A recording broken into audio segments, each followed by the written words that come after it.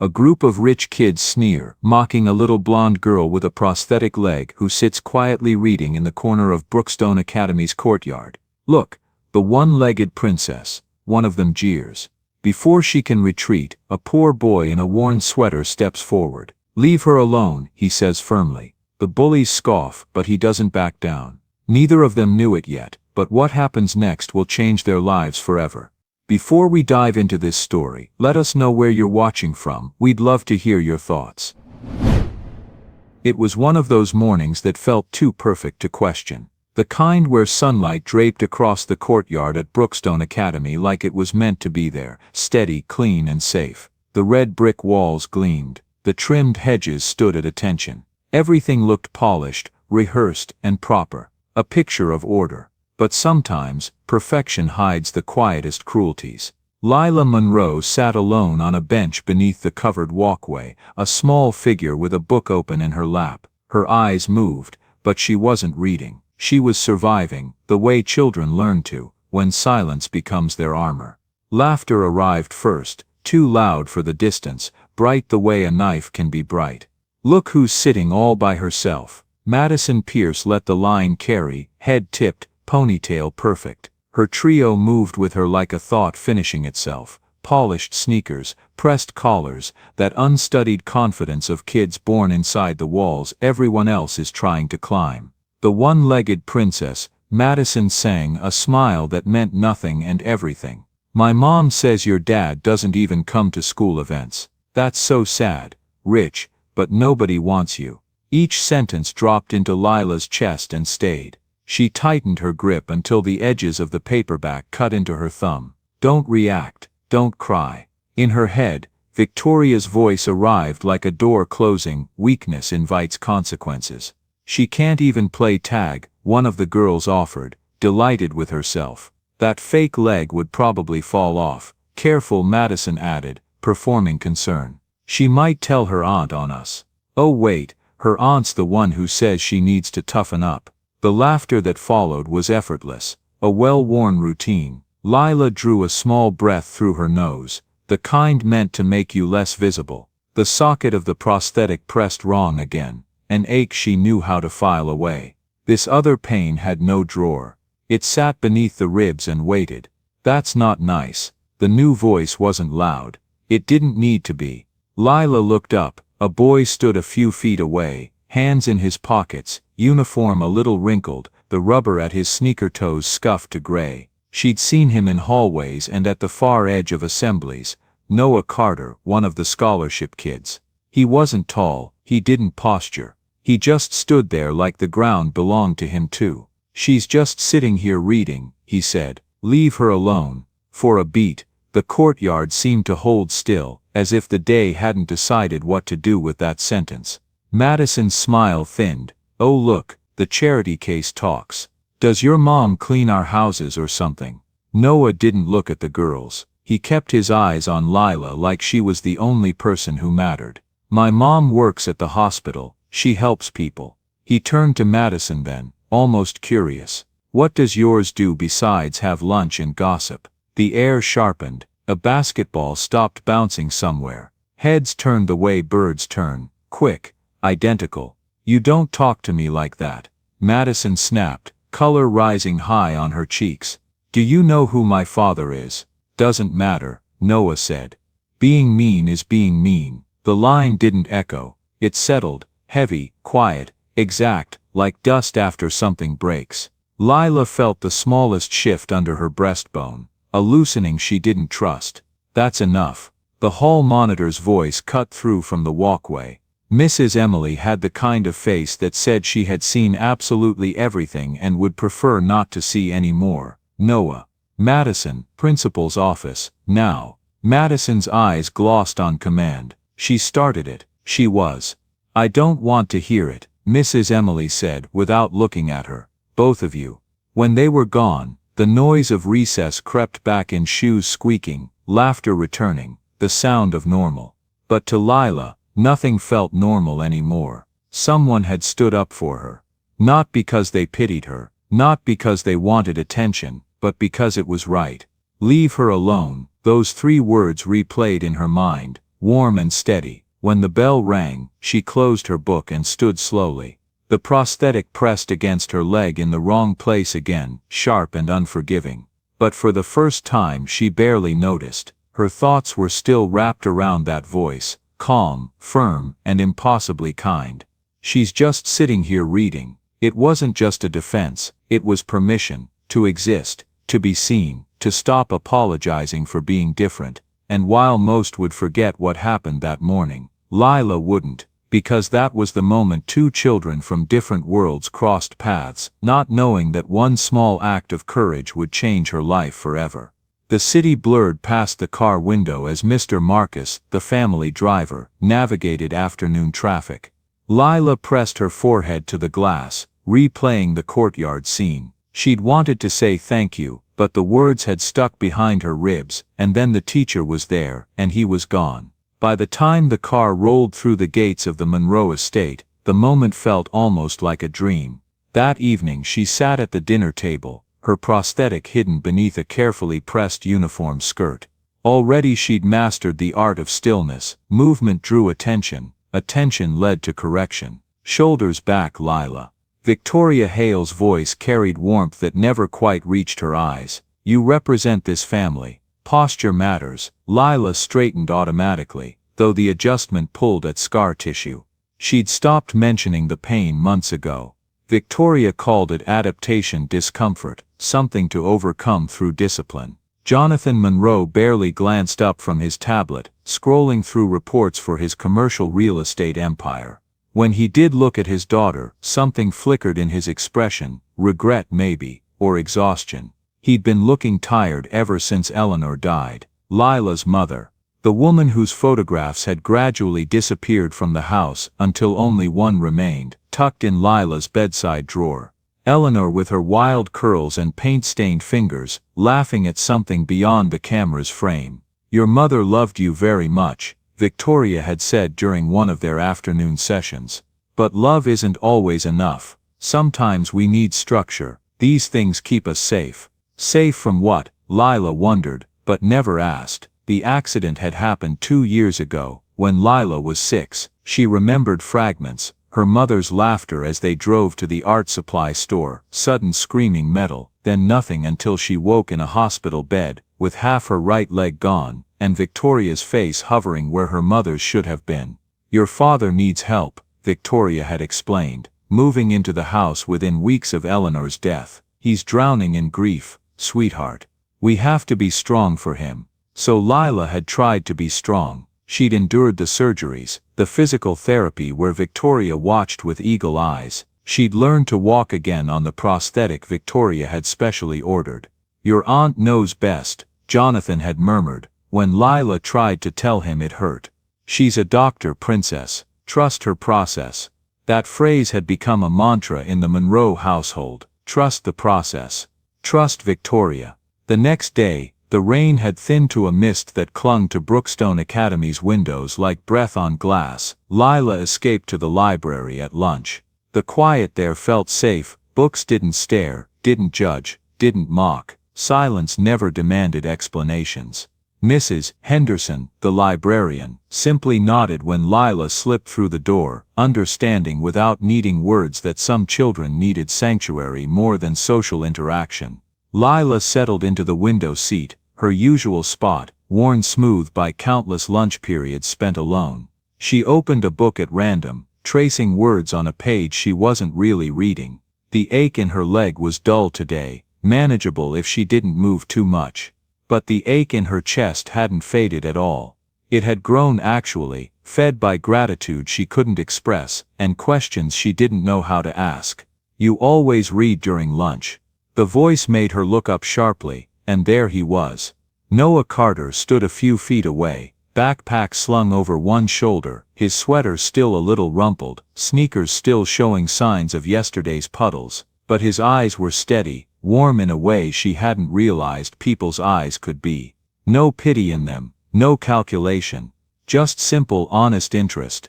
Usually, Lila managed, her voice coming out softer than she'd intended. Noah nodded toward her book with a small smile. That one's good. She sails across an ocean, makes it 2. you just spoiled the ending. You looked like someone who could use a happy one," he said simply, as if that explained everything. Lila blinked, completely unsure what to say to that. No one had ever looked at her and decided what she needed was a happy ending. Victoria looked at her and saw weakness to correct. Her father looked at her and saw guilt he couldn't bear to face. Teachers looked at her and saw a problem requiring accommodation, but Noah looked at her and saw someone who deserved good things. Silence settled between them, light, not heavy. Rain whispered against the library windows. Somewhere in the stacks, Mrs. Henderson was reshelving books with quiet efficiency. The world continued turning, but in this small pocket of space, time felt suspended. Finally, Lila found her voice. "I didn't get to say it yesterday. Thank you for what you did." "You don't have to thank me," Noah said, settling onto the window seat with easy comfort, leaving enough space that she didn't feel crowded. "They were wrong, someone needed to say it. Still, you got in trouble because of me." "My mom wasn't even mad," she said sometimes, standing up for what's right costs something, and if it didn't, everyone would do it. Noah's grin was crooked, slightly embarrassed, but not ashamed. "Your mom sounds nice. She's pretty great, works too hard, but great." He studied Lila for a moment with that direct, uncomplicated honesty. Noah's smile softened, losing its challenge, becoming something warmer. "I'm Noah, by the way. Noah Carter, though I guess you probably figured that out." "Lila," she said, her voice almost shy. "Lila Monroe." "Yeah," he said with a small grin. "I figured," and for the first time in longer than she could remember, Lila smiled too, small, cautious, fragile as new glass, but real, completely honestly real. They sat in comfortable quiet for a few minutes, just existing in the same space without demands or expectations. Noah pulled a sandwich from his backpack, slightly squashed, wrapped in plastic wrap that had seen better days, and offered her half without asking if she wanted it. Lila shook her head, but the gesture itself felt like warmth spreading through her chest. The bell rang then, sharp and commanding, scattering the quiet they'd built. Students would flood the library any moment, retrieving backpacks and heading to afternoon classes. The sanctuary would become ordinary space again, full and loud and demanding. Noah stood, slinging his backpack over one shoulder. He looked at Lila for a moment, something passing between them that felt like understanding, like the beginning of something neither of them had words for yet. "See you around, Lila Monroe," he said lightly, but his eyes were serious, like the words were actually a promise. "See you around," she echoed, watching him go. She stayed in the window seat a moment longer, holding on to the warmth of the conversation, the strange comfort of being seen without being judged. Noah Carter had stood up for her, gotten in trouble for her, and still wanted to sit and talk like she was worth knowing. Like her company was something valuable, rather than something to be endured or corrected. The feeling stayed with her through the afternoon, through art class where she actually painted a face this time, tentative but present.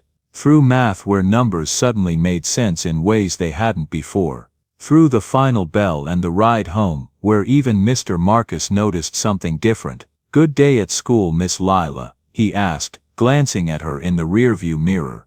"Yeah," Lila said, surprised to realize it was true.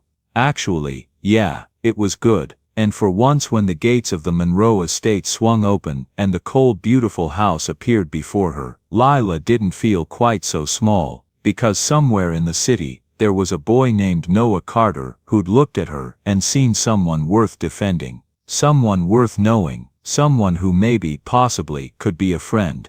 The thought was fragile, dangerous in its hopefulness. Victoria would disapprove, would find reasons why friendship with Noah was unacceptable, unsafe, unwise, but Lila tucked the thought away carefully, protecting it, nurturing it in the quiet spaces where Victoria's voice couldn't quite reach.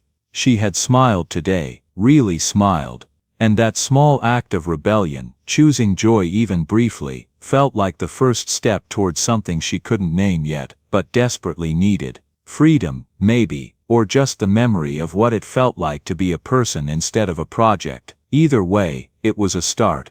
The house felt colder than usual when she walked in.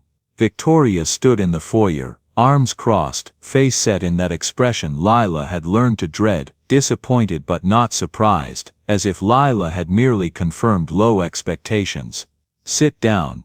The living room furniture was the kind meant for looking at rather than using. Lila perched on the edge of a chair while Victoria remained standing, a deliberate power dynamic. "I heard something interesting today," Victoria began, smoothing a non-existent wrinkle from her blouse. "Mrs. Emily mentioned you were getting friendly with a boy at school. Noah Carter, is it?" Lila's stomach tightened. "He just helped me today." Victoria's expression didn't change. "Tell me what happened." Lila explained about the race, Madison's comments, Noah's defense. She tried to make it sound simple, uncomplicated, nothing worth attention. "And this boy, Noah Carter, you've been spending time with him." "We just met today. His mother is a nurse's aide at County Hospital," Victoria said, her tone clinical, precise. "Single-parent household, apartment in the lower 4th ward." She paused, as if reciting from a file. "You see, Lila, people like that often mean well, but they bring complications. I don't want you caught in something beneath you." Lila didn't answer. The chair's edge pressed into the back of her knees, and she kept her gaze on the perfect shine of the floor, watching the reflection of the woman who never had to sit down to feel taller than everyone else in the room. "He's nice." "Nice." Victoria repeated the word as if tasting something bitter. "Darling, you need to understand something about relationships. People attach themselves to wealth, to status. This boy sees what you represent. This house, your father's business, the opportunities we can provide. He doesn't care about that stuff. Everyone cares about that stuff." Victoria knelt down, bringing herself to Lila's eye level in a gesture that might have seemed maternal, if not for the coldness in her eyes.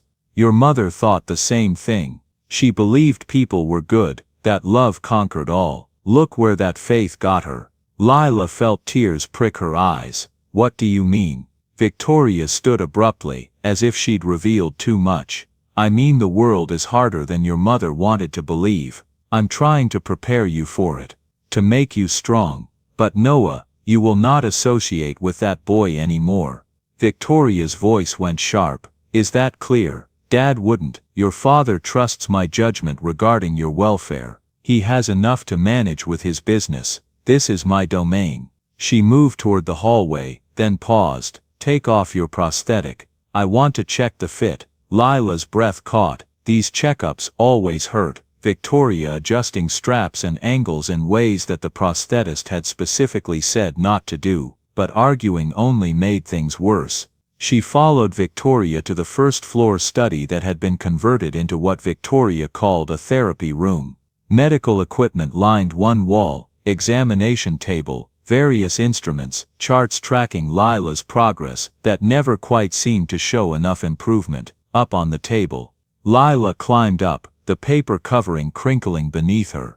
Victoria's hands were efficient, clinical, as she removed the prosthetic and examined the residual limb. Her fingers pressed into the scar tissue, and Lila bit her lip to keep from crying out. "Still tender." Victoria made a note on her tablet. "We may need to adjust your pain medication again. Can't have you making scenes at school. It only hurts when you." Lila stopped herself, but too late. Victoria's eyes lifted slowly. "When I what?" "Nothing. No, please. Share your medical expertise. I'm always eager to learn from 8-year-olds. The sarcasm stung worse than the physical pain. Lila looked away, focusing on a watercolor painting Eleanor had done, one of the few Victoria had allowed to remain. It showed a garden full of wild flowers, chaotic and beautiful, everything growing in whatever direction it pleased.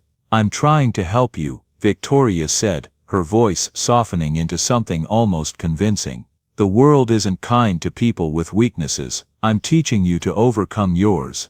Someday you'll thank me." But Lila wondered if strength was supposed to feel like this, hollow and afraid, perfect on the outside, while something inside slowly broke. Noah started appearing in unexpected places. Lila would find him reading in the library during her sanctuary lunches, or see him across the cafeteria, always alone but never seeming lonely. He'd wave when their eyes met, casual and undemanding, as if he understood she couldn't wave back openly. 3 days after Victoria's warning, Lila found a note tucked into her math textbook, "Library at lunch. Just to say hi. No pressure, none. She shouldn't go." Victoria had made the rules clear, but something in her chest pulled toward that possibility of simple friendship, of someone who'd stood up for her without expecting anything in return. Mrs. Henderson smiled when Lila entered the library, nodding toward the window seat where Noah sat with a worn paperback. He looked up as she approached, and his grin was like sunlight breaking through clouds. "Figured you'd be here," he said, making room on the seat. "It's kind of your spot. I'm not supposed to talk to you." The words came out in a rush, a confession and apology tangled together. "Yeah, I figured that too when Morrison called both our parents." He shrugged philosophically. "My mom wasn't mad. Well, she was about the disruption part, but not about defending you. She said I should pick my battles smarter, but pick them. Victoria says you're trying to take advantage of my family's money." Noah actually laughed, the sound startling in the quiet library. "That's hilarious. My mom would kill me if I tried something like that. She's got this whole thing about integrity and self-sufficiency." He paused, studying Lila's face. "You believe that I'm using you?" "No," and she realized she meant it. Whatever Noah was, he wasn't calculating. He was just genuinely confusingly kind. "Good, because honestly I'm terrible at long-term planning. I can barely remember to pack lunch." He held up a somewhat squashed sandwich as evidence. "Want half?" They split the sandwich, and Noah told her about his mother, Martha Carter, who'd been a physical therapist before an injury forced her into less demanding work. She picked up overnight shifts at County Hospital now, cleaning and filing, making sure Noah had everything he needed, even when money was tight. "She's basically a superhero," Noah said with unmistakable pride. "Works all night, comes home and makes me breakfast, helps with homework, never complains. She sounds amazing." "She is." He studied Lila for a moment. "What about your family, besides the scary aunt? I mean," Lila hesitated, unsure how to explain the hollow spaces in the Monroe house. "My dad works a lot. My mom died when I was 4. Victoria moved in to help." "I'm sorry about your mom." The simple sympathy nearly undid her. Most people either avoided mentioning Eleanor entirely, or offered elaborate condolences that felt rehearsed. Noah just acknowledged the loss, sitting with it comfortably. "What was she like?" he asked. No one ever asked that. It was as if Eleanor had become a forbidden subject, something to move past rather than remember. Lila felt words rising that she hadn't known she still had. "She laughed a lot. Painted these huge messy canvases in the garage. She'd get paint everywhere, in her hair, on her clothes, sometimes on me." Lila smiled at the memory. "Victoria says she wasn't practical, but she made things feel possible, you know. Like the world was bigger than rules." "She sounds cool." She was. Lila's smile faded. "Sometimes I think I'm forgetting her. Like she's fading out, and soon there won't be anything left except what other people tell me she was." "That's not how memory works." Noah spoke with unexpected authority. "My dad died when I was 3. I barely remember him. But my mom tells me stories, and those stories make him real. Maybe you need someone to tell you stories about your mom." "Who would do that?" "Victoria just gets upset. Dad won't talk about her." "Then maybe you need to find things yourself, letters, pictures, stuff like that. Your mom left more than memories, she left evidence she existed." The idea planted itself in Lila's mind, taking root. Evidence. Proof of who Eleanor had been beyond Victoria's careful narrative. Their lunch period became routine. Noah never pushed, never demanded more time than Lila felt safe giving. He'd share his sandwich, they'd talk about books or nothing, and then they'd separate before the hallways filled with students who might report back to Victoria. But routines have a way of becoming visible. It was Madison Pierce who finally noticed, cornering Lila outside the girls' bathroom 2 weeks into their secret friendship. "You and the charity case are pretty cozy." Madison's voice dripped false sweetness. "Does your aunt know you're slumming?" "We're just friends." "Right, because you have so many of those." Madison examined her perfect manicure. My mom's on the hospital board with your aunt. They have lunch every Thursday. I wonder what Victoria would think about you ignoring her rules. The threat hung in the air between them, sharp and clear. Lila felt her chest tighten. She could deny it, could promise to stop seeing Noah, could do what was safe and expected. Instead, surprising herself, she said,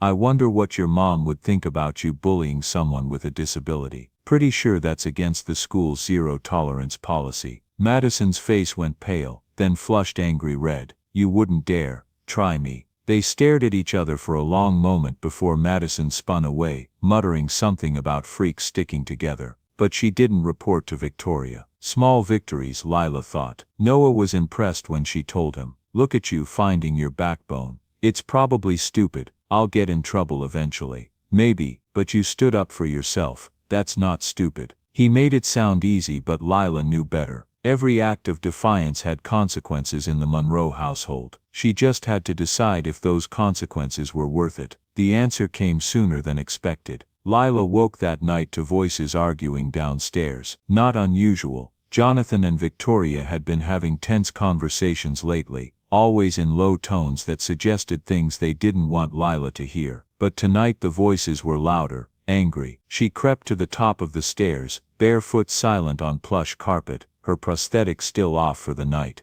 I'm telling you something's wrong with that prosthetic. Jonathan's voice was strained. She winces every time she puts weight on it. The prosthetist called me Victoria. He said you've been making adjustments without authorization. He doesn't see the full picture. Victoria's clinical tone had an edge now. I'm correcting developmental issues before they become permanent. The short-term discomfort is necessary. She's 8 years old. She shouldn't be in pain. Pain teaches resilience. You want her to be weak, dependent, like Eleanor was. Silence. Then what did you say? Your wife was soft, Jonathan. Beautiful, yes, creative and free-spirited and all those lovely things, but she couldn't handle reality. The world broke her, and if you're not careful, it'll break your daughter too, unless someone teaches her to be harder. Eleanor wasn't weak. She killed herself with carelessness, driving too fast on wet roads, distracted by whatever whimsy caught her attention. That's not strength, that's self-destruction. She'd watched her sister squander everything Victoria believed she deserved. It wasn't rage that drove her, it was conviction, a clinical certainty that Eleanor's weakness had to be excised, even if the cure required destruction.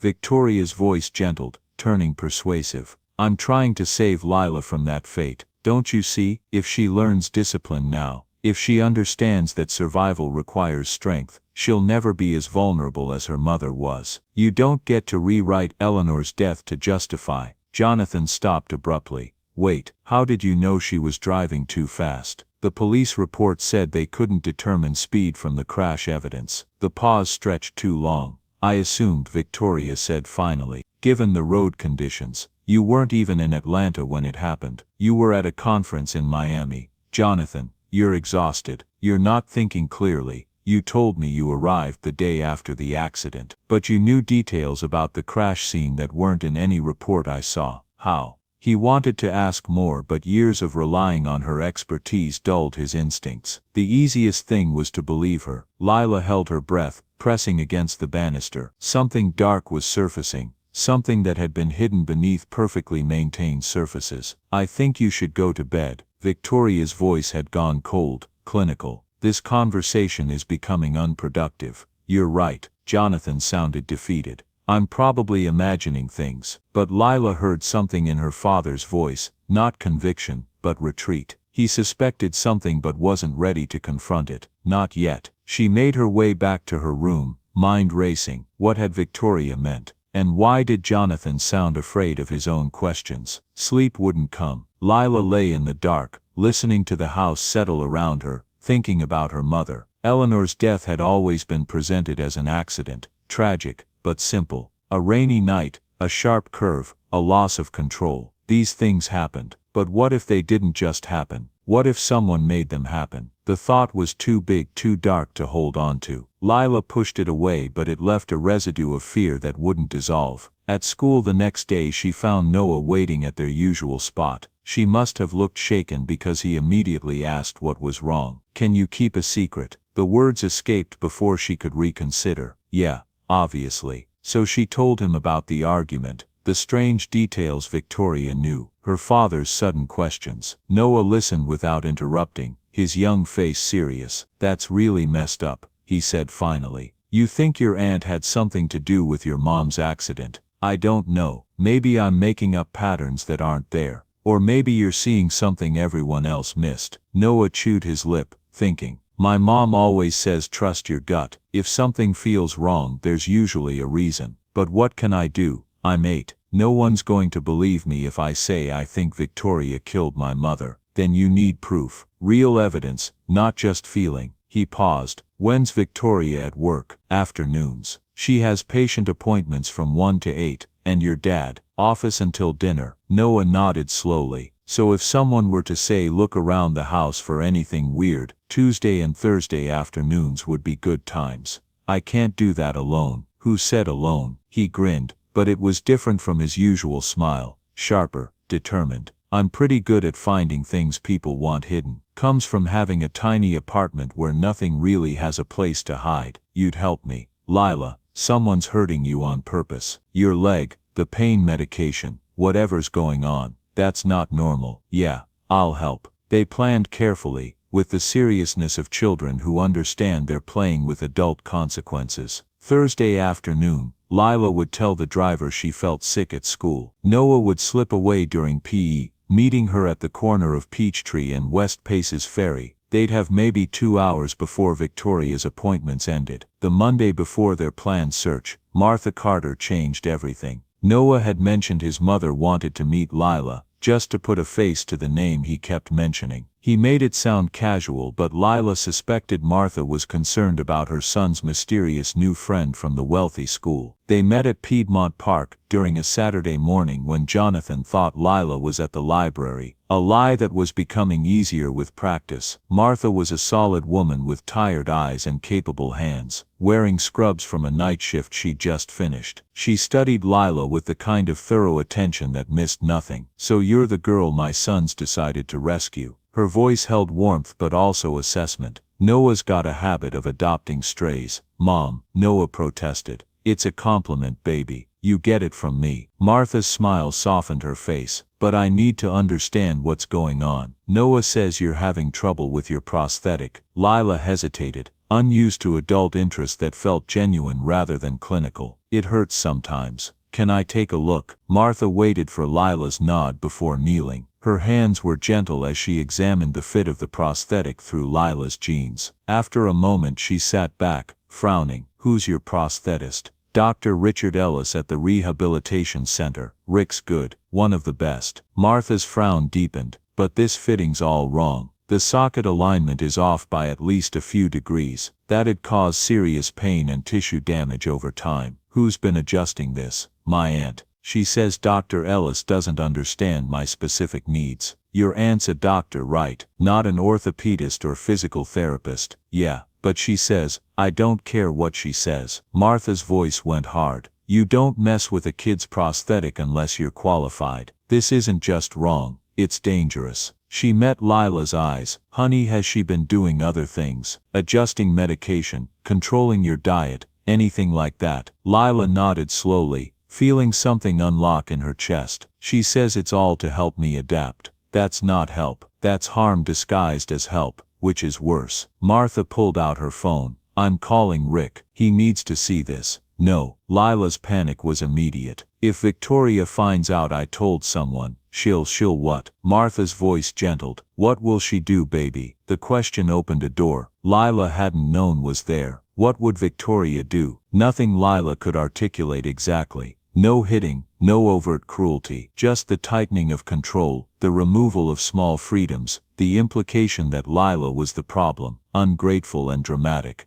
She'll say I'm being difficult, that I need more structure. Martha and Noah exchanged a look that spoke volumes. Okay, Martha said finally, we won't call yet, but I need you to know something. What's happening to you isn't normal. It's not help, and you deserve better. The words hit Lila like absolution she hadn't known she needed. Then what do I do? You document everything. When your leg hurts, write it down. What medication you take, when you take it. Anytime Victoria does something that feels wrong, you make a record. Martha squeezed her hand. And if things get worse, if you ever feel unsafe, you call me, day or night. Deal? Lila agreed, though she couldn't imagine circumstances where she'd actually make that call. Victoria was family after all, her legal guardian, the person Jonathan trusted to care for his daughter. Who would believe a child's accusations against someone so respected? But the conversation with Martha had clarified something. Victoria's control wasn't normal, the pain wasn't necessary, and maybe, just maybe, Lila deserved to stop accepting both as inevitable. Thursday arrived cold and gray, threatening rain. Lila felt sick with nerves, which made faking illness easier. The school nurse called the driver, who collected Lila without question. She'd learned not to bother Victoria during work hours unless absolutely necessary. Noah met her at the corner as planned, having told his teacher he needed to use the bathroom and simply never returned. They'd both face consequences, but future problems felt less urgent than present truth-seeking. The Monroe estate loomed larger than usual as they approached. Lila used her key, expecting the alarm, but the system had been disarmed. Jonathan must have come home for lunch and forgotten to reset it. Small miracles. Inside, the house felt different with Noah present. Less museum, more just space. He looked around with undisguised curiosity, taking in the expensive neutrality of everything. Where would she keep important stuff? He asked. Her study maybe, or the guest bedroom she uses. They started with the study, which felt like invading a shrine. Victoria's domain was obsessively organized, files alphabetized, books arranged by subject and height, desk surface clear, except for a single framed degree. Everything in its place, nothing extraneous. Noah took the desk while Lila examined filing cabinets. Most contained patient files, carefully anonymized. Others held household records, receipts, insurance documents, mortgage papers. Nothing obviously sinister. What are we even looking for? Noah muttered, opening drawers carefully. I don't know. Anything about my mom's accident, I guess, or my medical treatment. In the bottom desk drawer, beneath folders of tax documents, Noah found a leather journal. He pulled it out, flipping pages. This is a diary or something. Want to look? Reading someone's private thoughts felt like crossing a line, but they'd already come this far. Lila took the journal, opening to a random page. The entry was dated 6 months before Eleanor's death.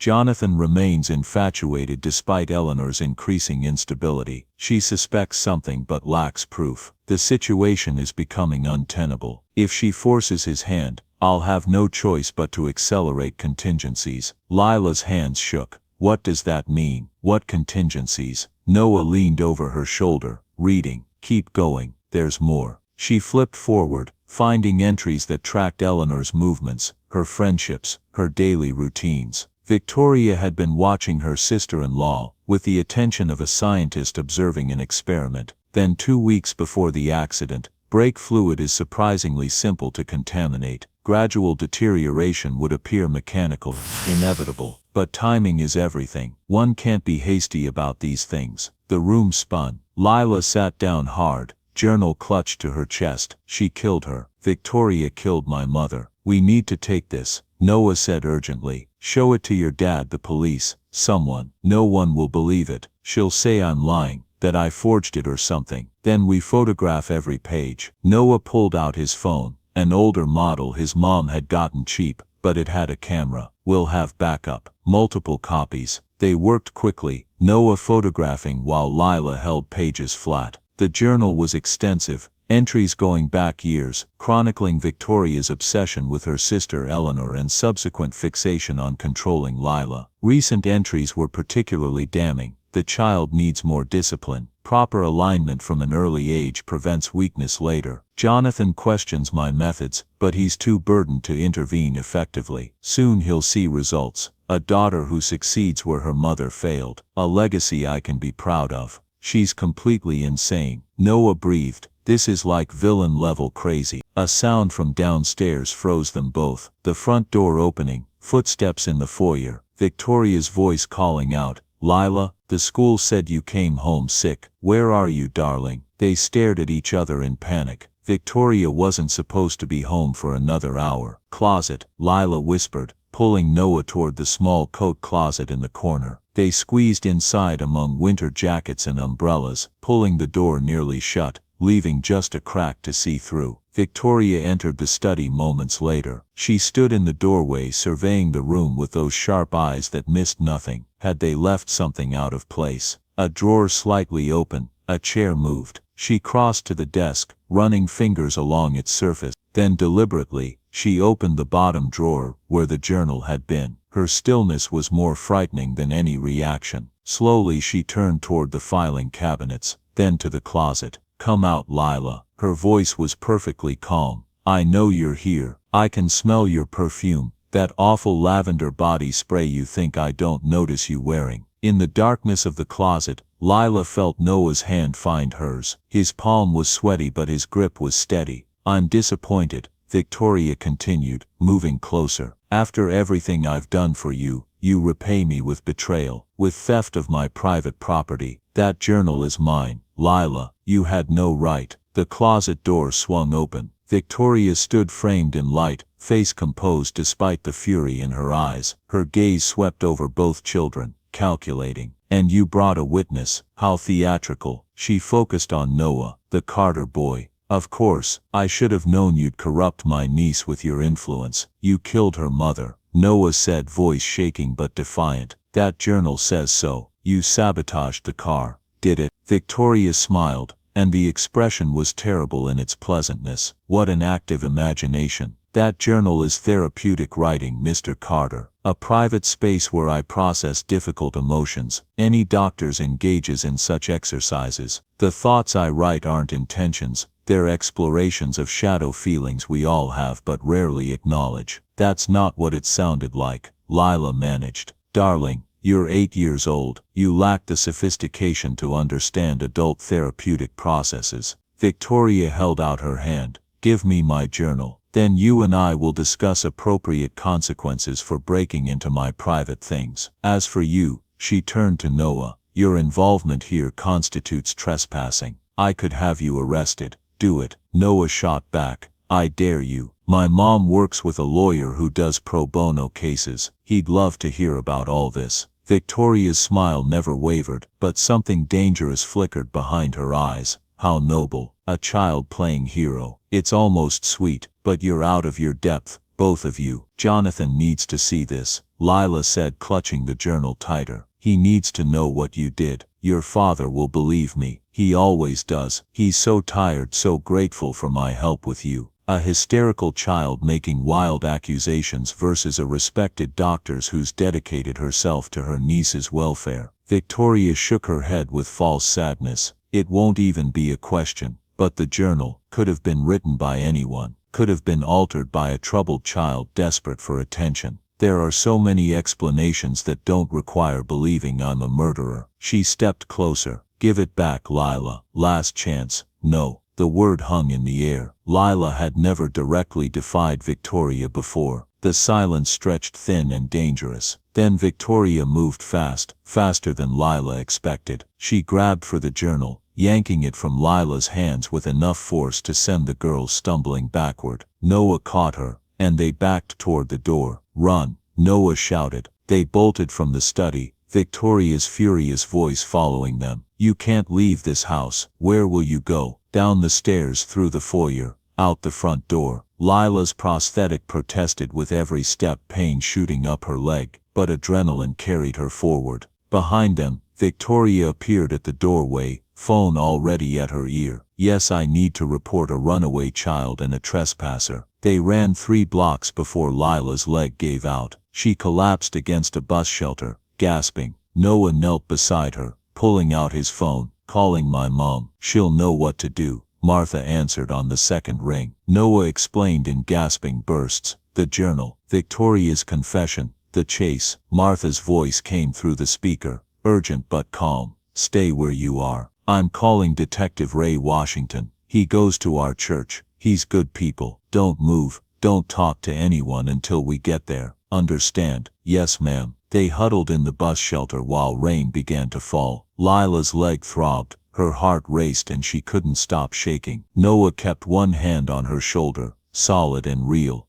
"We got it," he said quietly. "The photos, even if she destroys that journal, we have proof. She'll say I'm lying. She'll say I'm crazy. You're not crazy, and you're not alone anymore."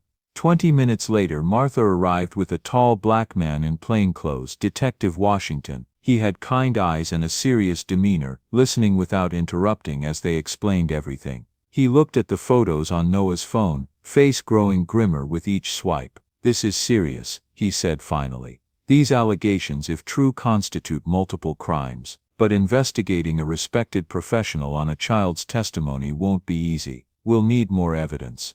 "I have medical records," Martha added. "Documentation of the prosthetic malfunction. That's tangible proof of harm, at minimum."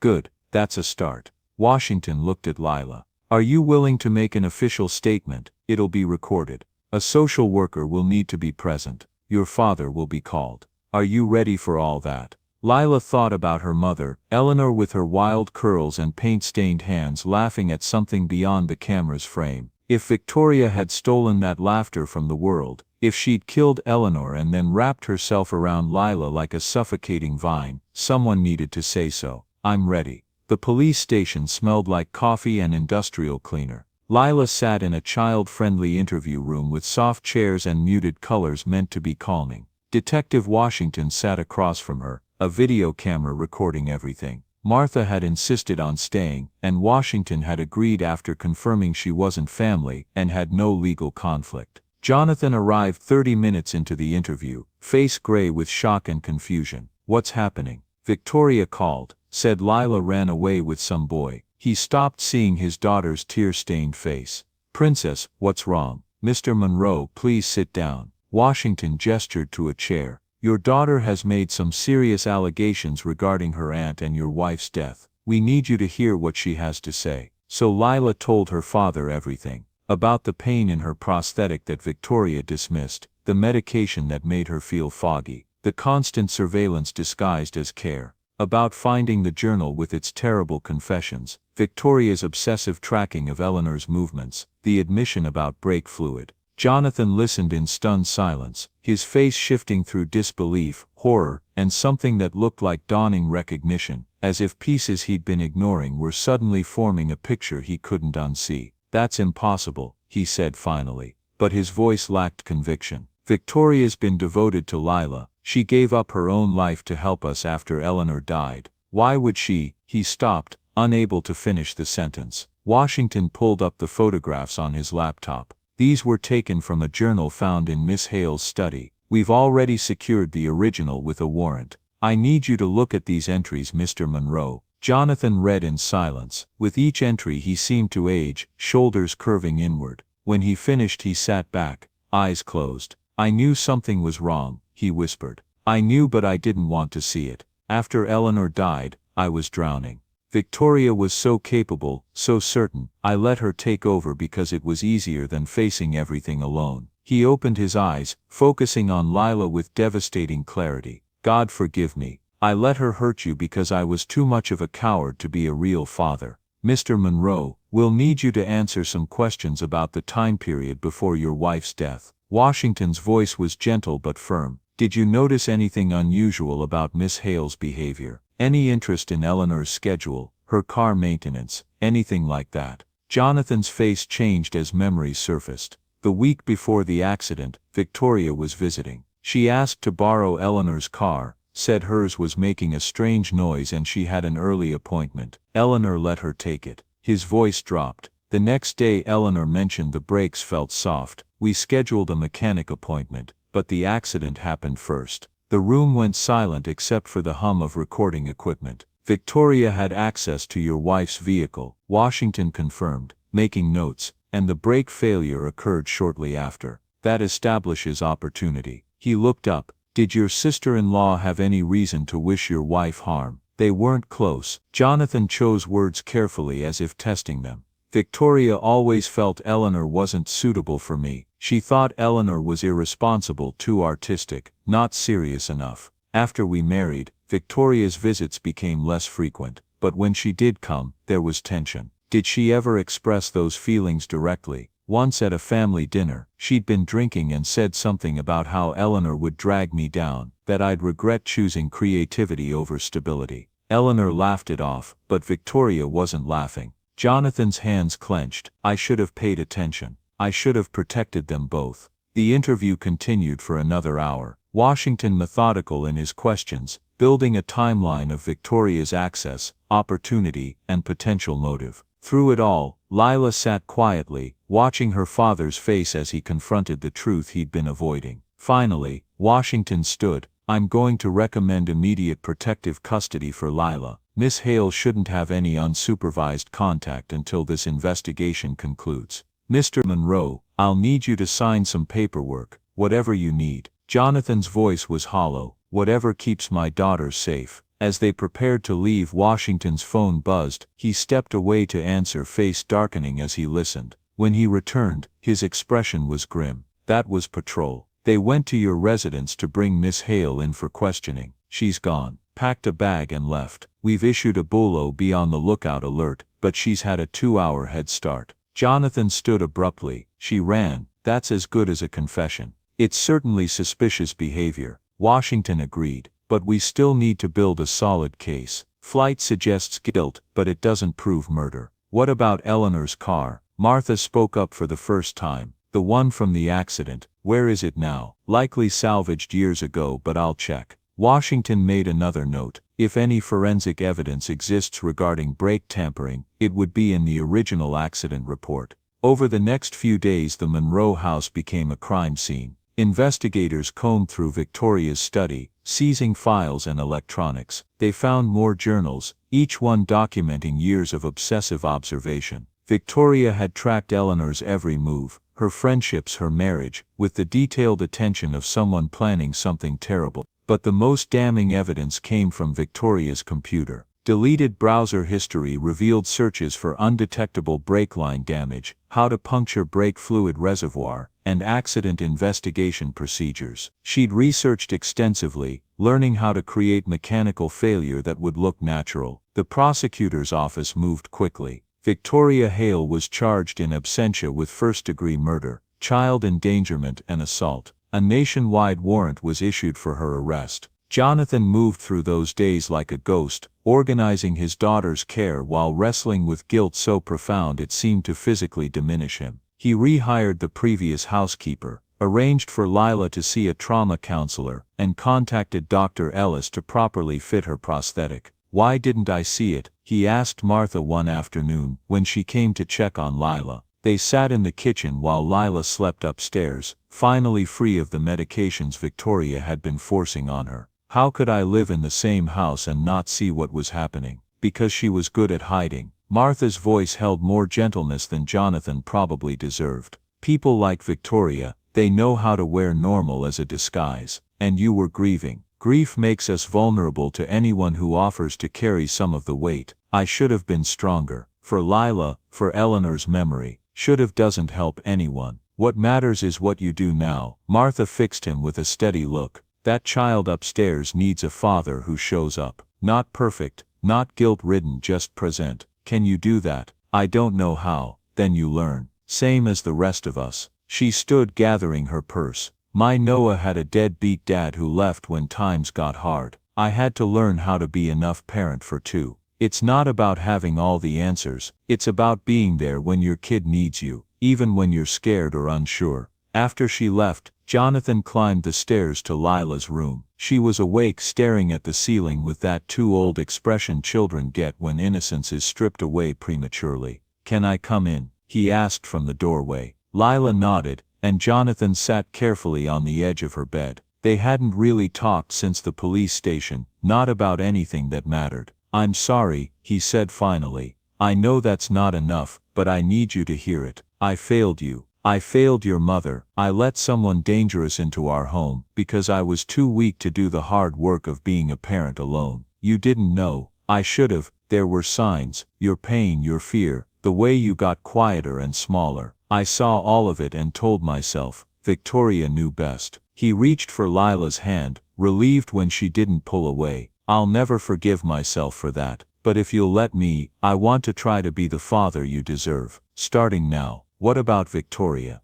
What if she comes back? She won't get near you, I promise. The house has a new security system, and I've hired someone to make sure you're safe whenever I'm not here. He paused. But more than that, I'm going to be here. Really here, not just physically present. I want to know what you're thinking, what you're afraid of, what makes you happy, all of it. Lila studied her father's face, searching for something. Whatever she found must have been enough, because she squeezed his hand back. Can Noah still visit? Jonathan smiled, the first real smile Lila had seen on his face in years. Noah and his mother are welcome anytime. That boy probably saved your life. I owe him more than I can ever repay. He's my best friend. Then he's family now. If that's okay with you. It was more than okay. It was everything. The trauma counselor was a woman named Dr. Sylvia James, who had a comfortable office that smelled like lavender and old books. Unlike Victoria's clinical approach, Dr. James let Lila lead their sessions, never pushing, always patient.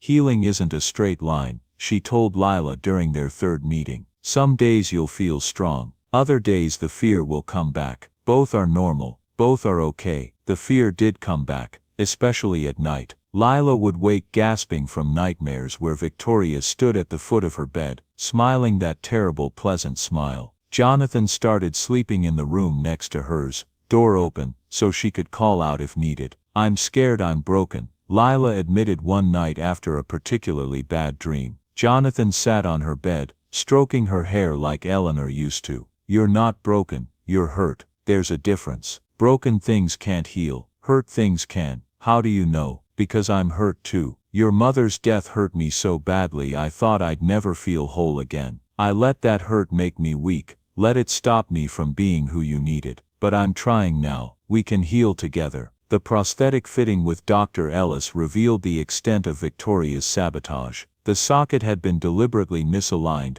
causing tissue damage and chronic pain. Ellis was horrified, immediately filing a formal complaint with the medical board and providing detailed documentation for the criminal case. This is going to take time to fix, he warned, examining Lila's residual limb. The tissue needs to heal before we can properly fit a new socket. Several months probably. Will it hurt? Some, but nothing like what you've been experiencing. And I promise we'll do this right. No shortcuts, no compromises. Your comfort is the priority. Noah visited almost daily, bringing homework when Lila missed school and staying for dinner with increasing frequency. Martha would arrive after her hospital shifts, and the four of them, Jonathan, Lila, Noah and Martha, would sit around the kitchen table like a makeshift family assembled from broken pieces. You know what I never understood? Martha said one evening, helping Jonathan with dishes while the kids did homework. How someone can look at a hurting child and see an opportunity for control instead of a chance to help heal. She was sick, Jonathan said quietly. I've been reading about personality disorders. Victoria showed signs of antisocial personality disorder, pathological narcissism. She genuinely believed she was helping, making Lila stronger. Mental illness explains behavior. It doesn't excuse it. No, it doesn't. He set down a dish, turning to face Martha. I need to ask you something. Why are you doing this? Helping us,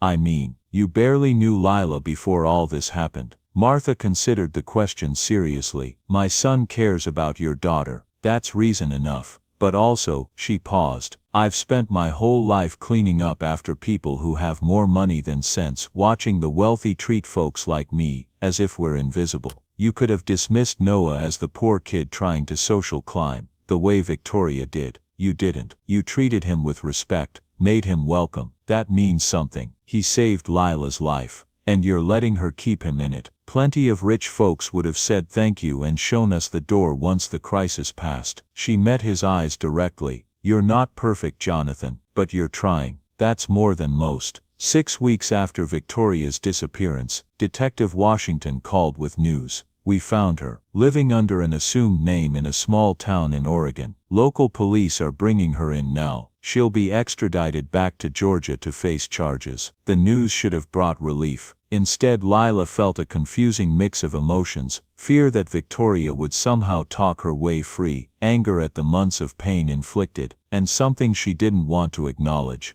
a twisted sort of grief for the aunt who'd claimed to love her. She hurt you. Dr. James said when Lila tried to explain. But she was also the person who was supposed to care for you after your mother died. You were supposed to be able to trust her. Grieving that betrayal is natural. You can be angry and sad at the same time. But she killed my mom. I shouldn't feel anything but hate. Emotions don't follow rules. They just are. Dr. James leaned forward. The fact that you can hold complicated feelings about someone who hurt you doesn't make you weak. It makes you human. Victoria saw the world in black and white. Strong or weak, perfect or worthless. You're learning to live in the gray spaces where real people exist. That's growth. The trial was set for early spring. The prosecutor explained that given Victoria's flight and the evidence strength, a conviction was likely, but Lila would need to testify. I know it's scary, the prosecutor said. A sharp-faced woman named Angela Ross, who reminded Lila of Martha in her no-nonsense competence. But your voice matters. The jury needs to hear what she did to you, how it felt. Can you do that? Lila looked at her father,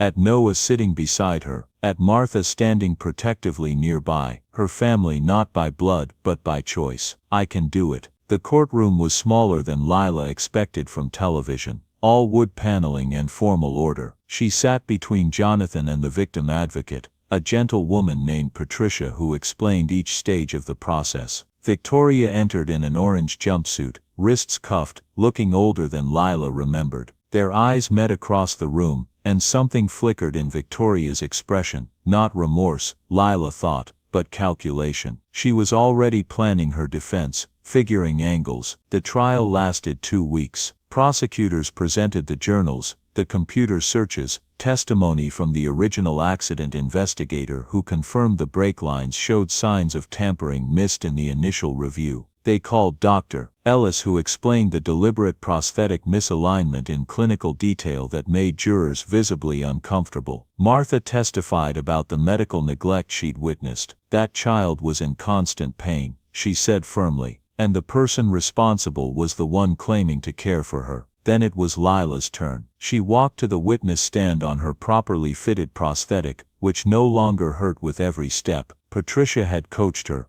Answer only what's asked. Speak clearly. Tell the truth. Simple rules for an impossible task. Angela Ross approached with a kind smile. Hi Lila. Can you tell the jury who Victoria Hale is to you? My aunt, my mother's sister. She moved in after my mom died. And how did she treat you? Lila glanced at Victoria, who watched with that clinical interest she'd always shown. At first she seemed nice. She said she'd take care of me and my dad. But then she started making rules. Lots of rules. What kind of rules? How I should sit, how I should talk, what I should eat. She said my mom had been too soft with me, that I needed discipline. Lila's voice steadied as she continued. She took over my medical care, changed how my prosthetic leg fit, even though it hurt. When I told her it hurt, she said that was weakness leaving my body. Did she ever mention your mother? Sometimes, she'd say my mom wasn't strong enough for the world, that she made bad choices because she was too emotional. Lila paused. She said I was like my mom, and she had to fix that before it was too late. Too late for what?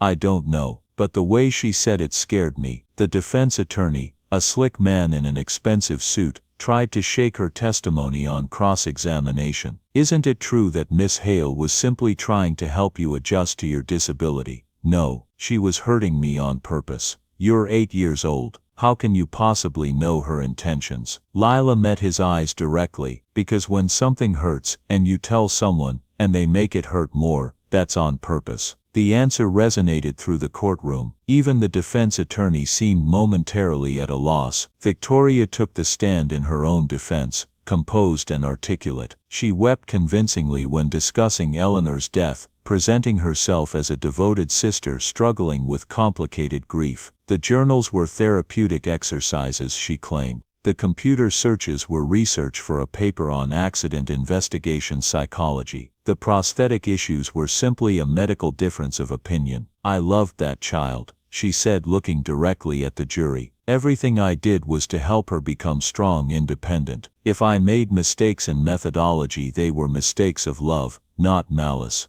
But Angela Ross was ready. On cross-examination, she pulled out a journal entry from 3 months after Lila's accident. The child cries too much. Weakness inherited from Eleanor must be corrected before it sets permanently. That's therapeutic writing, Ross asked, a candid expression of frustration. Anyone who's cared for a disabled child understands. This isn't about caring for a disabled child. This is about you calling a 4-year-old weak for crying after losing her mother and her leg. Ross's voice cut like steel. This is about you deciding a child needed to be broken down and rebuilt in your image. Victoria's composure slipped. You don't understand. That girl needed. What she needed was love, safety, medical care from qualified professionals. What you gave her was torture dressed up as help. Ross held up another journal. You documented it yourself. Every time she showed pain you called it weakness. Every time she asked for her mother, you called it dwelling on the past. You weren't helping her heal. You were punishing her for surviving when her mother didn't. The accusation hung in suddenly silent air. Victoria's face went blank, the mask slipping to reveal something cold beneath. Eleanor was always weak, she said quietly. Even as children she was the pretty one,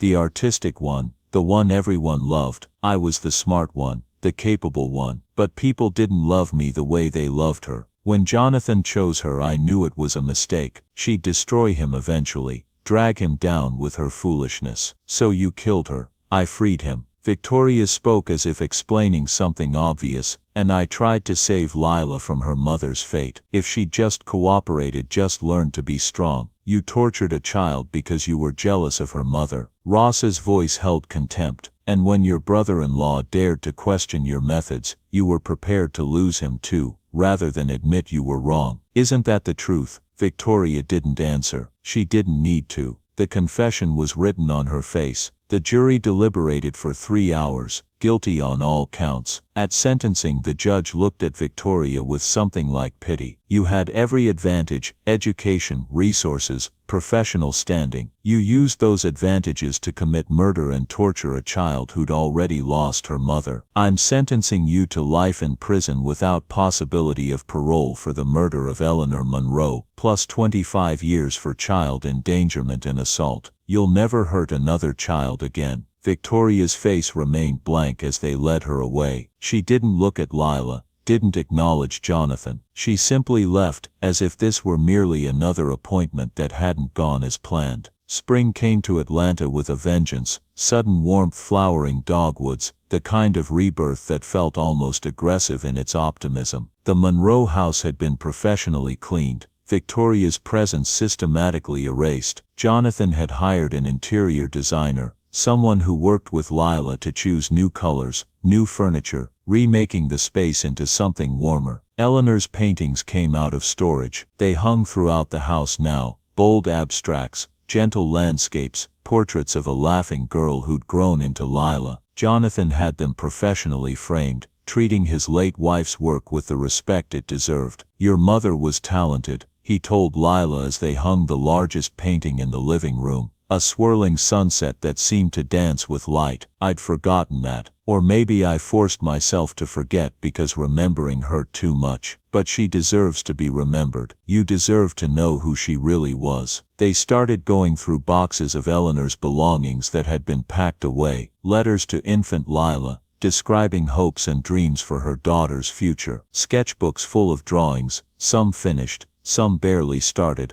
all showing a mind that saw the world in colors and possibilities. One letter in particular made them both cry. Eleanor had written it on Lila's first birthday to be opened when Lila turned 8. My darling girl, if you're reading this, I'm probably not there with you. That breaks my heart more than I can say, but I need you to know some things. You are loved, absolutely, completely, without condition. Whatever happens in your life, whoever you become, that love is the one certainty. Be brave, be kind, be yourself, even when the world tries to make you smaller. And remember, perfection is boring. It's our flaws, our quirks, our weird little habits that make us interesting. Don't ever let anyone convince you that you need to be anything other than exactly who you are. You're already enough. Love, Mom. She knew, Lila whispered. Somehow she knew Victoria would try to change me. Your mother understood her sister better than I did. Jonathan's voice was thick with emotion. She tried to tell me once that Victoria's love was conditional, that she only valued people who met her standards. I dismissed it as sibling rivalry. If I'd listened, you didn't know Victoria would kill her. No one did. No. But I should have protected you better afterward. I should have seen what was happening. They sat together in comfortable silence, grief and love tangled together, in a way that felt sustainable now. Not healed perhaps, but healing. The Monroe Carter Foundation launched in early summer. Jonathan and Martha co-founded it, dedicated to helping children with disabilities access proper medical care and supporting families dealing with trauma. They established a scholarship program in Eleanor's name for young artists and a grant system for single parents needing child care assistance. Your mother believed in helping people, Jonathan explained to Lila at the opening ceremony. Not fixing them, helping them. There's a difference. The foundation will be about giving people what they need to thrive, not forcing them into someone else's idea of perfection. Lila and Noah cut the ribbon together, cameras flashing. At 7 and 8 now they'd become local symbols of resilience. The rich girl and the scholarship kid who'd exposed a murderer and survived to tell about it. But they were still just children, and what they valued most was simpler than symbolism. Want to get ice cream after this? Noah whispered during the speeches. Obviously. Think we can convince them to leave early? Not a chance. We're stuck until the adults stop congratulating themselves. They grinned at each other, and Lila felt a rush of gratitude for this boy who'd stood up for her when no one else would, who'd risked trouble to help her find truth, who'd stayed even when things got scary. Thanks, she said quietly. For what? Everything. Being my friend when I didn't know how to be one back. Helping me be brave. Noah bumped his shoulder against hers. You were always brave.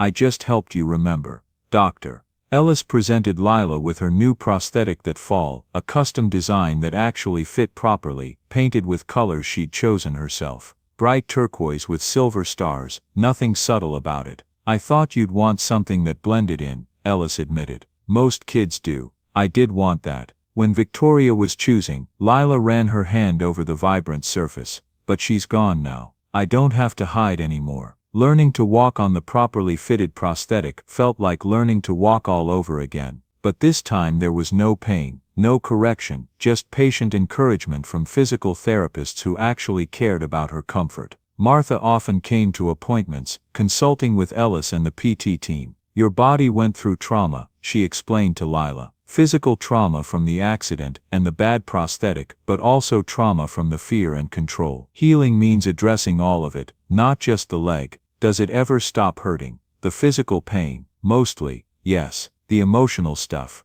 Martha's smile was rueful. That takes longer, but it does get easier, I promise. Jonathan had started therapy himself, working through grief and guilt with a psychologist who specialized in trauma. Some evenings Lila would hear him crying in his study, and she'd stand outside the door, unsure whether to enter or give him privacy. One night she knocked. Dad, are you okay? He looked up, eyes red. Not really, but I will be. He opened his arms and she climbed into his lap like she used to when she was smaller. Sometimes I think about all the time I wasted being numb instead of being your father. All the moments I can't get back. But we have now. Dr. James says that's what matters. What we do with the time we have, not the time we lost. Your therapist is a smart woman. He kissed the top of her head. How'd I get such a wise kid? Maybe from Mom. The letter said she was pretty smart. She was, and she'd be so proud of you. His voice caught.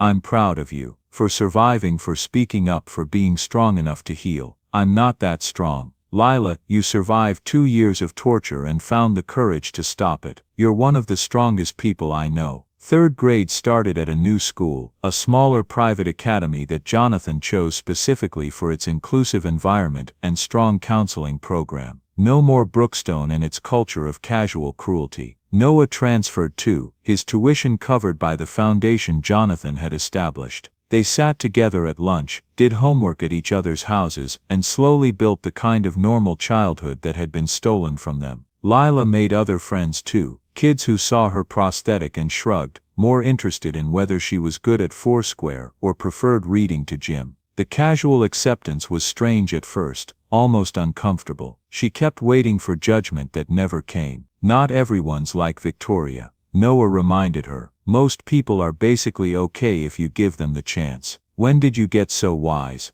I've always been wise. You just weren't listening. She threw a grape at him, and they dissolved into the kind of silly laughter that felt like healing in action. Lila's 9th birthday fell on a Saturday in October, 2 years after Victoria's conviction. Jonathan had planned a party, nothing extravagant, just close friends and family. Martha and Noah, of course. Dr. James, who'd become more than just a therapist. Patricia, the victim advocate. A handful of school friends who valued kindness over status. But before the party, Jonathan had a different plan. I want to take you somewhere, he said that morning. If you're ready. They drove to Oakland Cemetery, one of Atlanta's oldest burial grounds. Jonathan led her through winding paths until they reached a simple grave marker. Eleanor Rose Monroe, beloved wife and mother, her art will bloom eternal. Lila had never visited before. Victoria had discouraged it, calling it dwelling on loss. Jonathan had complied, too broken himself to argue. I should have brought you sooner, he said, kneeling beside the grave. Your mother would have wanted you to know where she rests. Lila touched the marker, tracing letters with her fingers. Can I talk to her? Any time you want. So Lila sat on the grass, Jonathan beside her, and talked. She told Eleanor about school, about Noah and Martha, about learning to walk without pain. She described the trial, Victoria's conviction. The justice Eleanor never got to see. I miss you, she finished quietly. I wish you were here, but I'm okay now. Dad and I are okay. The wind rustled through oak trees, carrying the scent of autumn leaves. In that moment, Lila felt something shift, not closure exactly, but acceptance. Her mother was gone. Victoria had stolen her, but Eleanor's love remained, woven into the fabric of who Lila was becoming. Jonathan placed flowers on the grave, wildflowers, chaotic and bright, the kind Eleanor would have loved. I failed her, he said. I let her killer move into our home, care for our daughter. How do I live with that? By being better now, Lila answered, echoing Martha's words. That's what Mom would want, not for us to stay broken, but to heal. They sat together until the sun climbed higher, warming the October chill. Finally Jonathan stood, offering his hand. Come on, you have a party waiting. The celebration was simple but joyful. Martha had baked a chocolate cake that listed slightly to one side but tasted perfect. Noah gave Lila a book she'd been wanting, with a note inside, to my best friend. Thanks for being brave enough to save yourself, so I didn't have to do it alone. Dr. James presented a journal. For writing your own story, she explained. Not the story others tell about you, but the one you choose to tell yourself. That night, after everyone left, Lila opened the journal to the first blank page. She sat for a long time, pen hovering, thinking about what story she wanted to tell. Finally she wrote, My name is Lila Monroe. I lost my mother when I was 4, my leg in the same accident. Someone who was supposed to love me tried to break me, but I survived. This is my story, not of what was done to me, but of what I chose to do next. She filled 3 pages that night, words pouring out in a rush she couldn't contain. Not perfect prose, she was 9, after all, but honest. Her story in her own voice, claiming ownership of a narrative that had been written onto her for too long. When she finally closed the journal, exhausted but lighter somehow, she found Jonathan standing in her doorway. Couldn't sleep either, he asked. Too much cake, too many thoughts, he smiled, entering, when she gestured permission. I've been thinking about something, Dr. Reynolds said in therapy, my therapist. She asked what I wanted for you, as a father, what kind of person I hoped you'd become. What did you say? I didn't have an answer at first. Then I realized I don't want you to become anything specific, I just want you to become yourself. Whoever that turns out to be. He sat on the edge of her bed. Victoria tried to mold you into her image. I enabled that by not paying attention. I won't make that mistake again. I know, do you? His eyes were serious. Because I need you to understand something. You don't owe me anything. Not gratitude for finally being a decent father, not forgiveness for the years I wasn't. If you're angry, be angry. If you need space, take it. Your feelings, whatever they are valid. Lila considered this carefully. I was angry. Sometimes I still am. But mostly I'm just sad for all the time we lost. We can't get that back, but we can have now. That's enough. You're wise beyond your years. Noah says that too. I think it just means I had to grow up too fast. Jonathan's face clouded with familiar guilt. I'm sorry, I know. You've said it 100 times. I believe you. She reached for his hand. But Dad, at some point, you have to forgive yourself. Carrying guilt forever doesn't change what happened. It just means Victoria wins. She gets to hurt us even from prison. The observation was so mature, so clear-sighted, that Jonathan felt his throat tighten. His daughter already understanding what he was still learning. When did you get so smart? I have good teachers. Dr. James, Martha, Noah. You when you're not being sad about the past. She squeezed his hand. We're okay, Dad. Really, we're going to be okay. He believed her. The years that followed brought their own challenges. Lila had nightmares sometimes, especially around the anniversary of Eleanor's death. She struggled with trust issues, hypervigilance, the lingering effects of prolonged psychological abuse. Dr. James warned them that trauma didn't heal on a schedule. It emerged in layers, each one requiring attention and care. But there were victories too. Small ones at first, a week without nightmares, a new friend made easily, a compliment accepted without suspicion. Then larger ones. Lila's writing improved, essays pouring from her pen with startling emotional honesty. She joined the school art club, discovering she'd inherited Eleanor's eye for color and composition. By the time she was 11, Lila had become something of an activist. She spoke at foundation events, sharing her story to help other children trapped in abusive situations recognize what was happening to them. Her youth gave her credibility. If she could survive and thrive, maybe they could too. You don't have to do this, Jonathan always reminded her before presentations. No one expects you to make your trauma public. I know, but if talking about it helps even one kid get out sooner, it's worth it. Noah remained her constant companion, the friendship that had started in a library, maturing into something deeper than circumstance. They understood each other in ways that transcended explanation, two kids who'd seen darkness early and chosen to find light together. Martha and Jonathan grew closer too, though they both insisted they were just friends, co-parents in spirit, if not legal definition. Noah spent so much time at the Monroe house that he had his own room, his own space in the family dynamic that had reshaped itself around need and affection rather than blood. You know they're going to end up together, right? Noah said one afternoon, when they were 12 and 13, watching their parents laugh over something in the kitchen. Probably, Lila agreed. Would that bother you? Are you kidding? Your dad's loaded. Think of the college fund. She shoved him, and they wrestled briefly. The easy physicality of siblings who'd chosen each other. Seriously though, Noah said when they'd settled,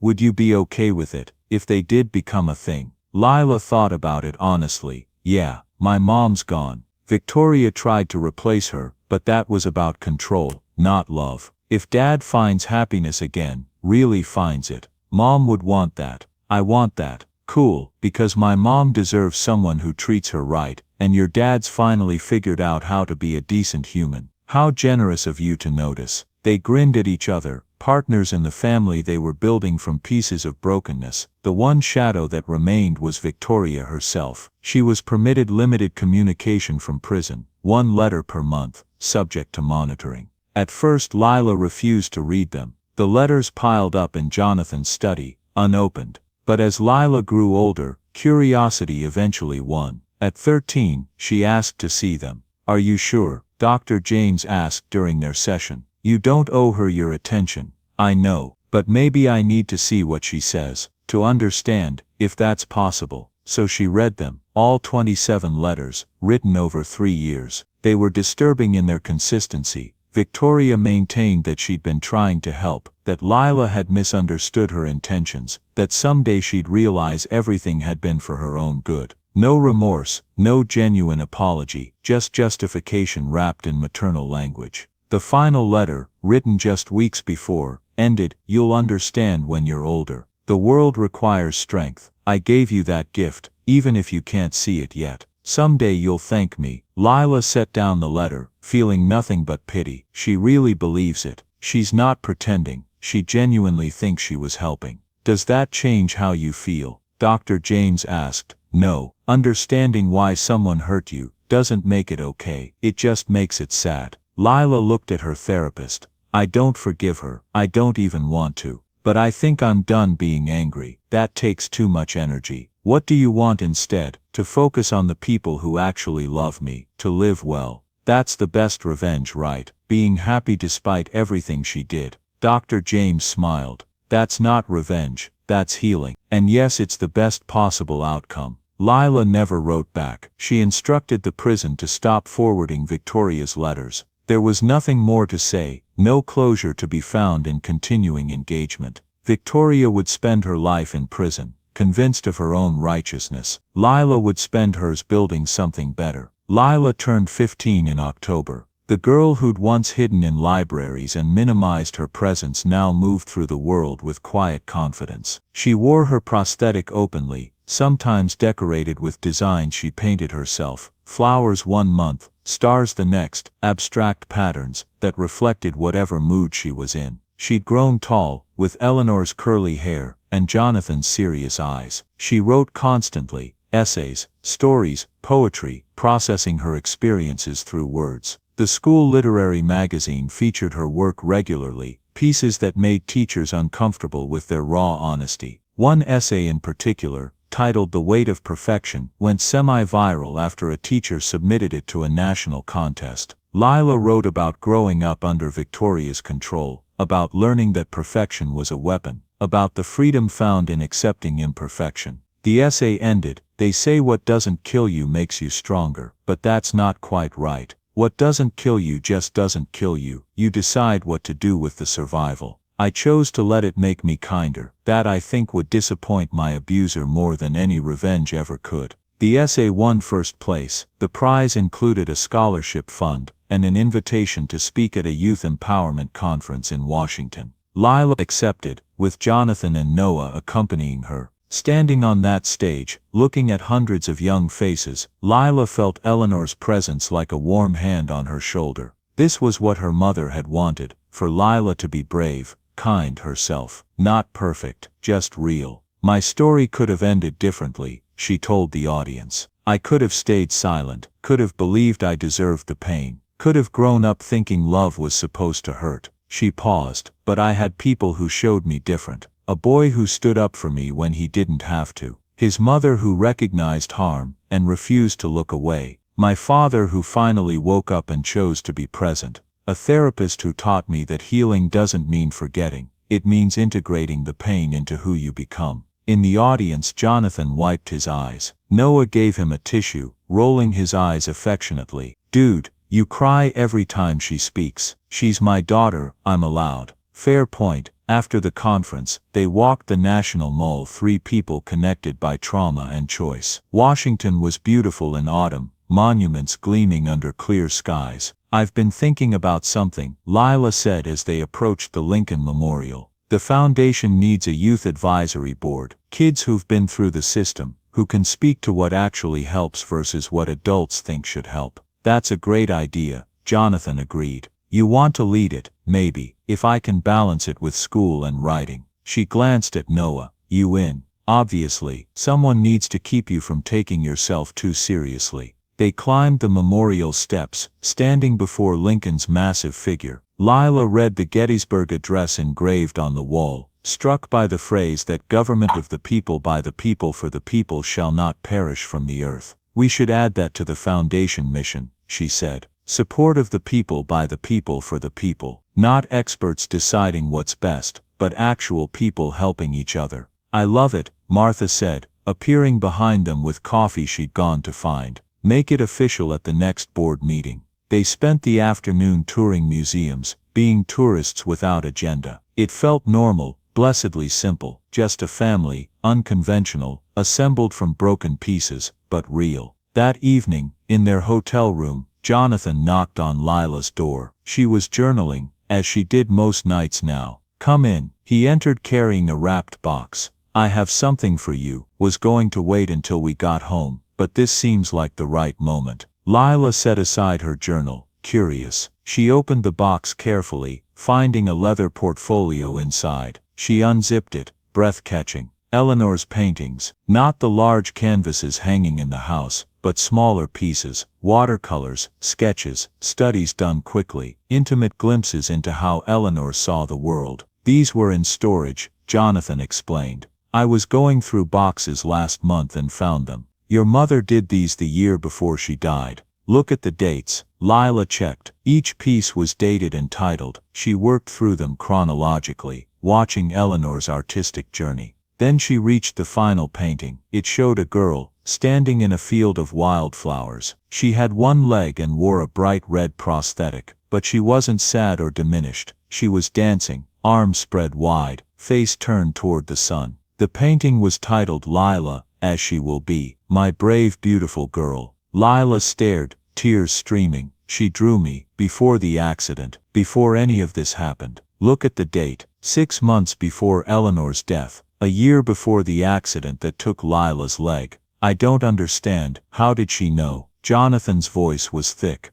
I think she didn't, not specifically, but she knew you'd face challenges. Every parent knows that, and she wanted you to see yourself as she saw you, whole, joyful, dancing despite whatever life threw at you. She saw me being okay, she saw you being more than okay, she saw you being magnificent. Lila held the painting carefully, this message from a mother who'd loved her before and beyond death. Eleanor hadn't been weak, despite what Victoria claimed. She'd been strong enough to love without condition, to see her daughter's future happiness even when she wouldn't be there to witness it. Thank you, Lila whispered, for keeping these, for giving them to me now. Your mother's art is yours, all of it. When you're older, when you have your own place, you can decide what to do with it. Keep it private, exhibit it, whatever feels right, but it's yours, her legacy to you. That night, unable to sleep, Lila opened her journal to a fresh page. She wrote, Dear Mom, I finally understand what you were trying to tell me.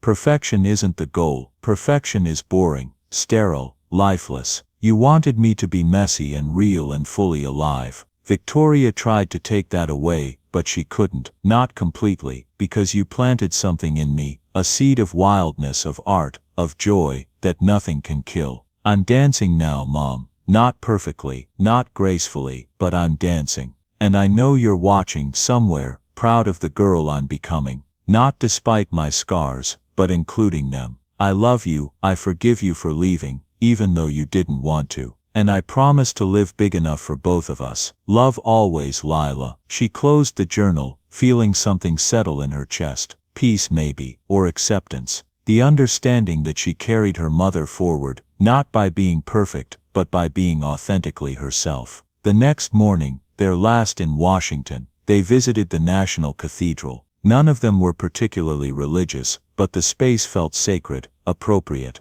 Lila lit a candle for Eleanor in the small side chapel. She stood there for a long moment, head bowed, saying goodbye and hello simultaneously. Goodbye to the mother she'd known for too brief a time. Hello to the legacy she'd carry forward. Noah stood beside her, lighting his own candle. For everyone we've lost, he said quietly, and everyone we've found. They flew home that afternoon, exhausted but content. Atlanta welcomed them with autumn warmth and the familiar traffic of home. At the baggage claim, Martha was waiting with a sign that read, Monroe Carter Delegation. We're a delegation now. Jonathan asked, hugging her, You're something. I'm still figuring out what. She smiled, and there was affection in it that transcended friendship. Noah caught Lila's eye, waggling his eyebrows suggestively. She fought a grin. The months that followed brought their own changes. The Youth Advisory Board launched with 12 members, kids who'd survived abuse, neglect, disability discrimination. They met monthly, shaping foundation programs to actually serve children, rather than theoretical ideals. Lila also started a blog, Perfectly Imperfect, where she wrote about disability, trauma recovery, and teenage life. It gained a following quickly, other young people finding solidarity in her honest approach. She didn't sugarcoat the hard parts, but also refused to make her story only about suffering. Life after trauma isn't all therapy and tears, she wrote in one popular post. It's also really good pizza with your best friend, and laughing until your stomach hurts at stupid videos. It's getting an A on an essay and being proud of yourself. It's regular, boring, beautiful normalcy. Don't let anyone convince you that healing means being constantly focused on your wounds. Healing means building a life worth living, where trauma is part of your history, but not the whole story. Jonathan and Martha officially started dating in the spring, though everyone treated it as the most anticlimactic announcement ever. Finally, Noah said, "We've been calling you guys a couple for months. We wanted to be sure," Martha explained. "You're sure of each other, you were just scared of change." Lila hugged them both. "I'm happy for you, for all of us." The relationship brought additional stability to their makeshift family. Martha gradually moved into the Monroe house, bringing her practical warmth to spaces that had once felt sterile. She hung family photos, left books scattered on tables, insisted on cooking traditional Southern meals that filled the house with welcoming smells. This place needed life, she told Jonathan. Not perfection, life. He couldn't agree more. Lila's birthday came with an unexpected gift. Dr. Ellis had been working with a prosthetic company on new technology, microprocessor-controlled knees that adjusted to walking surfaces in real time. Lila was selected as a test user. "This is cutting-edge stuff," Ellis explained during the fitting. "But given your advocacy work, the company wants to partner with you. If you're comfortable, you'd be a kind of ambassador, testing equipment, providing feedback, helping develop solutions for young amputees." Lila looked at the sleek device, so different from the bulky prosthetic Victoria had forced on her years ago. This one was designed with her input, customized to her body and needs. It represented everything Victoria's approach hadn't: collaboration, respect, genuine care. "I'm in," she said.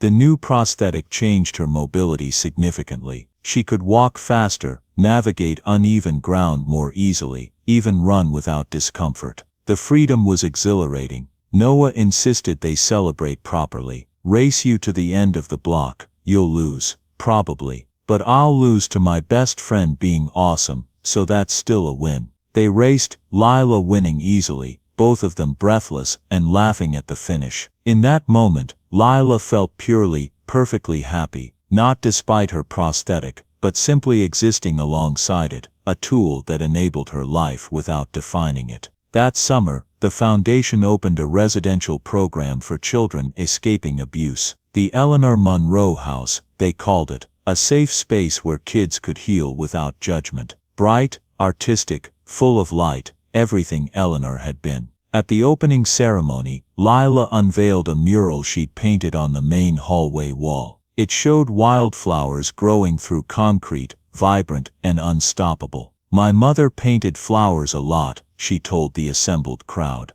"I used to think it was just because they're pretty. But flowers are also survivors. They grow through cracks in sidewalks, thrive in terrible soil, bloom despite everything trying to stop them." She gestured to the mural. "That's what we want this house to be. A place where kids can grow despite the concrete trying to contain them. Where survival becomes thriving." The speech was brief but landed perfectly. As people toured the facility, complimenting the bright rooms and thoughtful design, Lila slipped away to the garden area. She needed a moment alone with her thoughts. She found herself thinking about Victoria, locked away in prison. Did she ever realize what she'd lost? The chance to genuinely love someone, to support rather than control, to help rather than harm. Probably not. Victoria was too convinced of her own righteousness. But that was Victoria's loss, not Lila's. Lila had mourned the aunt she'd needed Victoria to be. She'd grieved the wasted years, the unnecessary pain. Now she was done mourning. Victoria had taken enough of her life. She wouldn't have another moment. "There you are." Noah appeared beside her. "People are looking for the guest of honor. Just needed a minute." "Yeah, I figured." He sat on the garden bench, patting the spot beside him. "You okay?" "Better than okay. I'm good, Noah. Really genuinely good. Good because I'm not carrying you through another crisis. I've hit my quota." She laughed, shoving him affectionately. "Liar, you'd be right there no matter what." "True, but don't test it." His smile softened. "I'm proud of you, for everything you've become despite everything that happened. We became it together. You know that, right? None of this works without you. I know, we're a team. Always have been. They sat in comfortable silence, watching butterflies drift through the garden. Two kids who'd saved each other without quite meaning to, who'd built a friendship that transcended trauma and transformed it into something beautiful. Eventually they returned to the ceremony, to the life they'd chosen together. And if sometimes Lila still had bad days, still struggled with trust or control issues, still woke from nightmares where Victoria's face loomed over her, well, that was okay. Healing wasn't linear. It wasn't a destination reached and done. It was a practice, daily and imperfect. And Lila was getting better at it all the time. Join us to share meaningful stories by hitting the like and subscribe buttons. Don't forget to turn on the notification bell to start your day with profound lessons and heartfelt empathy.